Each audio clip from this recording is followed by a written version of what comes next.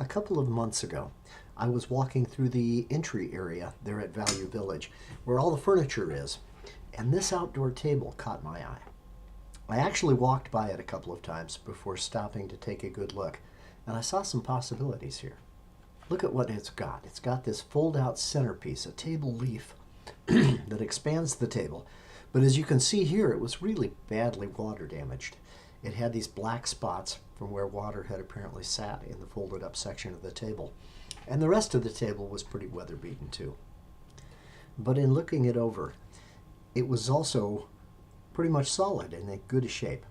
There were no serious broken bits or cracks. The sliding tabletop members didn't slide too easily, but for 20 bucks I brought it home and figured on a bit of a rehab project.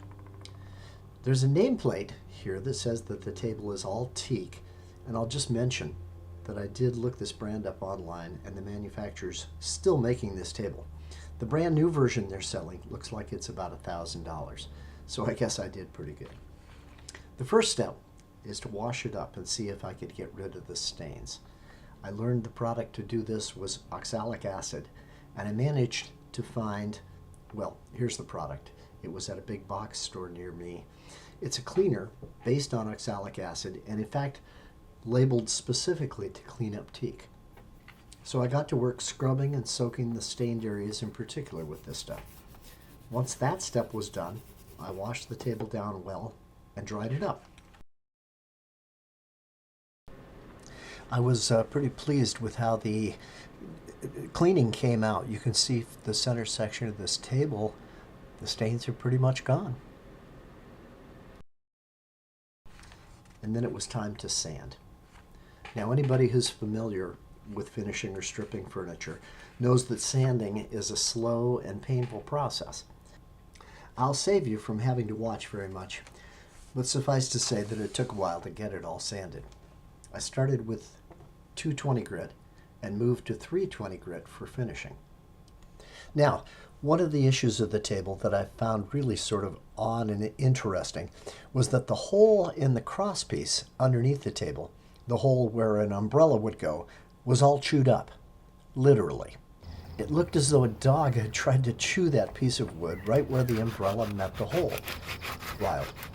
Anyway, I took some very rough sandpaper and tried to clean up the worst of the chewing spots.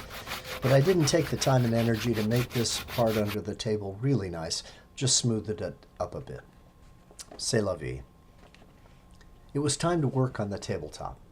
You can see here that the tabletop cleaned up pretty quickly. Taking the old finish, the old glaze, that darker color off the table, was easy enough with some light sanding. Getting at all the corners and tight spots under the table was the hard part. Then the fun part, applying the finish. I don't have a lot of video from this part, but on the other hand, there's probably not much you can learn from applying the oil, because it really was a fairly easy process, making sure the oil went on smoothly and goes into all the little corners and crevices.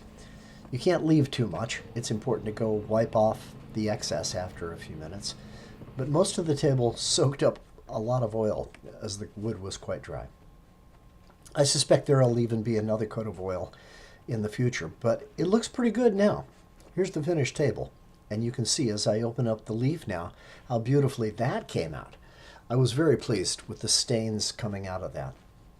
It's interesting how in this final little video how the table looks a bit discolored, as in person it really looks more natural and even. In any case, I'm pretty happy with the way it turned out, and we have a pretty nice little table recovered from the local thrift store.